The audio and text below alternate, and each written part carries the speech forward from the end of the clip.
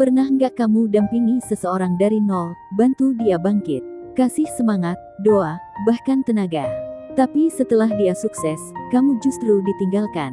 Tenang, kamu nggak salah mencintai. Tapi ada hal yang penting kamu pahami. Sebagian orang memang tidak mampu membawa kesetiaan naik ke puncak bersama kesuksesannya. Ini 7 ciri pasangan yang biasanya akan meninggalkanmu setelah dia sukses. Dijelaskan dengan psikologi, sosiologi, dan sains. Supaya kamu bisa mengenalinya sejak awal. 1. Bersamamu karena butuh, bukan karena nilai. Orang seperti ini tidak menjalin hubungan karena cinta yang sejati, tapi karena kebutuhan emosional atau ekonomi. Dulu dia dekat karena kamu sumber dukungan, tempat curhat, atau penguatnya. Tapi begitu dia berhasil, semua berubah. Sekarang dia bilang, aku sibuk, aku mau fokus dulu, atau aku bisa sendiri. Itu tanda hubungan kalian dibangun dari ketergantungan, bukan kebermaknaan. Menurut Rusbult dan Van Lange, 2003, dalam Interdependence Theory. Ketika seseorang mendapatkan sumber daya baru, seperti status, uang, atau pengaruh, ketergantungannya pada pasangan menurun, dan otomatis komitmen emosional ikut melemah. 2. Lupa bersyukur dan tidak menghargai perjalanan bersama. Ini jenis pasangan yang setelah sukses, pura-pura lupa siapa yang pernah ada saat dia di titik rendah. Kamu bilang, ingat nggak dulu kita susah bareng? Dia jawab, ya tapi itu dulu. Itu tanda dia kehilangan empati. Dalam riset Lambert et al. 2012, rasa syukur terbukti meningkatkan loyalitas dan komitmen pasangan. Orang yang jarang berterima kasih cenderung mudah merasa bosan dan mencari validasi baru. Contoh perilakunya, dia tidak pernah bilang terima kasih atas hal kecil. Kalau kamu bantu, dianggap biasa saja. Kalau kamu minta perhatian, malah disebut nggak pengertian. 3. Terlalu fokus pada diri sendiri, self-enhancement bias. Setelah sukses, dia mulai merasa semua karena dirinya sendiri. Aku kerja keras sendirian. Aku yang usaha, bukan siapa-siapa. Padahal kamu tahu betul, dulu siapa yang dorong dia terus. Menurut Sedikides dan Greg 2008, dalam jurnal Personality and Social Psychology Review, orang dengan self-enhancement bias cenderung melebihkan peran dirinya dan lebih rentan meninggalkan hubungan begitu tujuannya tercapai. Contoh perilaku, gampang tersinggung kalau kamu memberi masukan. Defensif setiap kali kamu kritik dengan halus. Sering pamer prestasi tanpa menyebut dukungan dari kamu. 4. Suka membandingkan kamu dengan orang lain, social comparison. Setelah sukses, lingkungannya berubah. Dia mulai bergaul dengan orang-orang baru, dan tanpa sadar, mulai membandingkan kamu. Teman kerjaku lebih paham aku. Pasangan orang lain tuh lebih suportif. Dia mulai menilai hubungan bukan dengan hati, tapi dengan status sosial.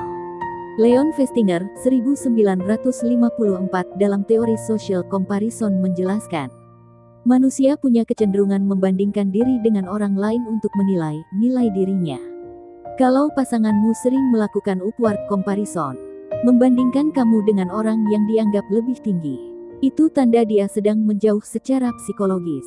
Contoh perilaku, sering memuji orang lain di depanmu, merendahkan seleramu, mulai bilang kamu nggak selevel. 5. Menghindari komunikasi emosional. Ini ciri klasik sebelum seseorang pergi. Dulu kalian ngobrol bebas dan jujur. Sekarang, semua terasa dingin. Chatnya pendek, nada suaranya datar. Kalau kamu ajak bicara dari hati ke hati, jawabannya, nggak usah drama. Gottman Institute, 2011 meneliti ribuan pasangan, dan menemukan bahwa penurunan komunikasi emosional adalah prediktor paling kuat dari perceraian. Bahkan lebih kuat daripada pertengkaran. Contoh perilaku, mulai jarang menatap mata saat bicara. Asik dengan HP saat kamu curhat. Menghindar setiap kali kamu ingin membahas perasaan. 6. Identitasnya berubah, identity shift. Kesuksesan sering membuat seseorang berubah identitas. Dulu dia sederhana, sekarang ingin terlihat eksklusif. Dulu bangga jalan kaki berdua, sekarang malu kalau kamu nggak selevel. Menurut Drigotas dan Rusbult, 1992, perubahan peran sosial atau status sering diikuti perubahan nilai, tujuan, bahkan rasa keterikatan terhadap pasangan. Contoh perilaku, mulai ubah gaya hidup dan lingkar pertemanan. Tidak mau datang ke tempat kenangan bersama. Bilang kamu nggak cocok sama dunia dia yang sekarang. 7. Tidak dewasa secara emosional. Kadang masalahnya bukan di hatinya, tapi di kemampuannya mengelola emosi. Setelah sukses, tekanan dan ekspektasi meningkat. Tapi alih-alih belajar menenangkan diri, dia malah menjauh. Menurut James Gross 2013 dalam Emotion Regulation Theory, orang yang tidak mampu mengatur emosi cenderung menarik diri dari hubungan dan mencari pelarian instan, entah dengan pekerjaan, teman, atau orang baru. Contoh perilaku: cepat marah kalau ditegur, diam berhari-hari tanpa alasan jelas, lebih memilih nongkrong daripada ngobrol denganmu. Jadi kalau dia berubah setelah sukses, jangan langsung menyalahkan dirimu. Kadang seseorang memang mampu mencapai puncak karir, tapi gagal menjaga hatinya tetap rendah hati. Ingat, kesetiaan bukan hanya diuji saat susah, tapi justru saat seseorang sudah berhasil. Kalau kamu sedang di posisi ini, jangan habiskan energi untuk memaksa seseorang bertahan. Gunakan energimu untuk tumbuh, supaya ketika kamu sukses nanti, kamu tetap tahu cara mencintai dengan sadar.